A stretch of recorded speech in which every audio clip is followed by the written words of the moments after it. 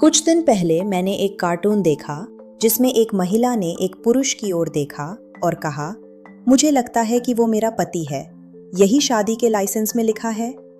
ये मजेदार था, लेकिन इसने मुझे रुककर सोचने पर मजबूर कर दिया।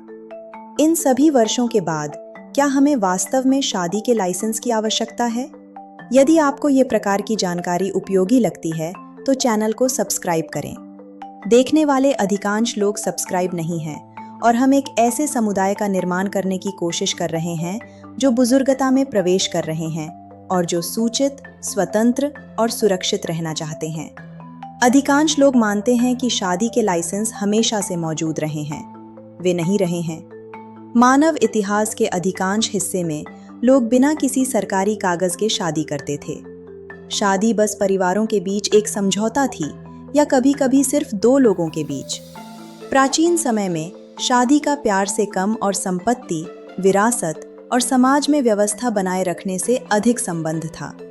परिवार जानना चाहते थे कि कौन किसका है और कौन भूमि, पैसे और जिम्मेदारी का उत्तराधिकारी होगा। बाद में चर्च शामिल हो गया। शादी एक धार्मिक मामला बन गई और चर्चों ने रिकॉर्ड रखना शुरू कर दिया ताकि यह स्पष्ट हो सके कि कौन शादीशुदा है और कौन नहीं।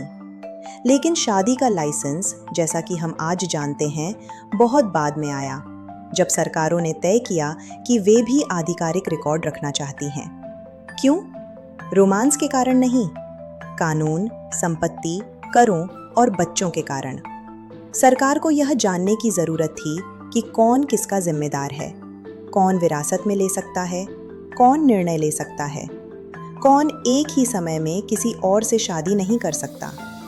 दूसरे शब्दों में, शादी का लाइसेंस समाज को व्यवस्थित रखने के लिए बनाया गया था और यह समझ में आता था जब जीवन सरल था और भूमिकाएं स्पष्ट थीं। लेकिन आज लोग लंबे समय तक जीते हैं। लोग देर से शादी करते हैं। कुछ लोग एक से अधिक बार शादी करते हैं। कुछ लोग शादी न करने का विकल्प चुनते हैं।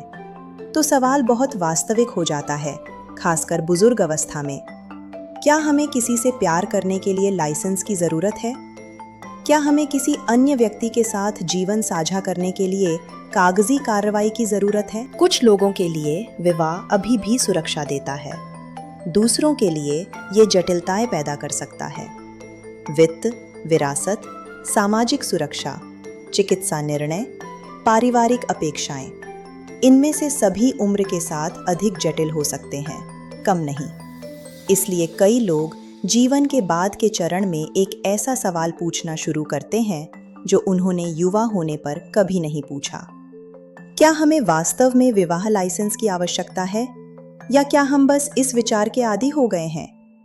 ये विवाह के पक्ष में या विपक्ष में होने के बारे में नहीं है।